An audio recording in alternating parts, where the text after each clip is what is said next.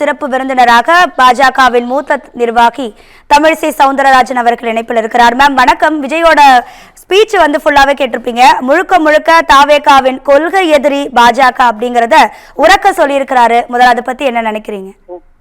உரக்க சொல்ல மட்டும் திரும்ப திரும்ப சொல்லியிருக்காரு. இது புதுசு ஒண்ணும் இல்ல அவர் சொல்றது.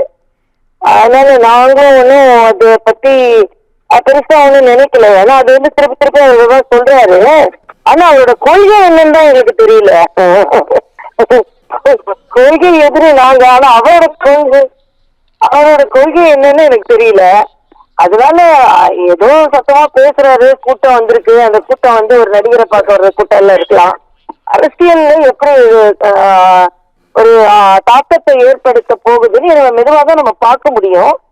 அதனால அவரு கொள்கை எதிரி அப்படின்னு சொல்றத பத்திலாம் நாங்க கவலைப்படல. அவரோட கொள்கை என்னன்னு முதல்ல அவர் விளக்கமா சொல்லணும்ன்றது எனது கருத்து. மேம் இப்ப பாத்தீங்கன்னா மோடி அவர்கள் கச்சத்தீவை மீட்டுட்டா அதுவே ஒரு பெரிய விஷயமா தமிழக மக்களுக்கு அது இன்னும் ஒரு நல்லதை ஏற்படுத்தும். ஏன் அதை மத்திய அரசு செய்யல அப்படிங்கிற ஒரு பெரிய குற்றச்சாட்டை முன் வச்சிருக்காரே. இல்ல இல்ல அது ஒரு கொள்கை முடிவு. அதை ஏன் கொடுத்தாங்கன்னு முதல் கேட்கணும். காங்கிரஸ் தாரை வார்த்தாங்கன்ற வார்த்தையே வரமாட்டேங்குது. அதனால இதெல்லாம் பேசிட்டு இருக்காங்க. ஒரு பெரிய அரசியல் வரலாறு எல்லாம் தெரியாம பேசிட்டு இருக்காரு. அது ரொம்ப முக்கியத்துவம் கொடுக்க வேண்டிய அவசியம் இல்லை.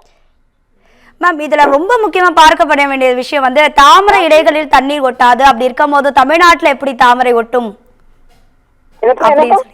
தாமரை இலைகள்ல தண்ணீர் ஒட்டாது, அப்ப தமிழ்நாட்டு மக்களிடையே தாமரை எப்படி ஒட்டும் அப்படிங்கறது விஜயோட ஸ்பீச்சா இருந்தது. இல்ல அதாவது தாமரை தண்ணி ஒட்ட வேண்டியது இல்ல, தாமரை மலரதான் செய்யும் அதுல. அதனால எங்களுக்கு ஓட்டும் கிடைக்கும், மலரவும் செய்யும்.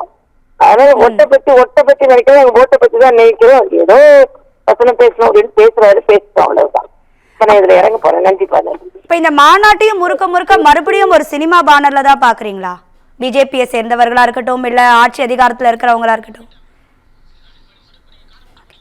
இணைப்புல வந்ததுக்கு நன்றி மேம்.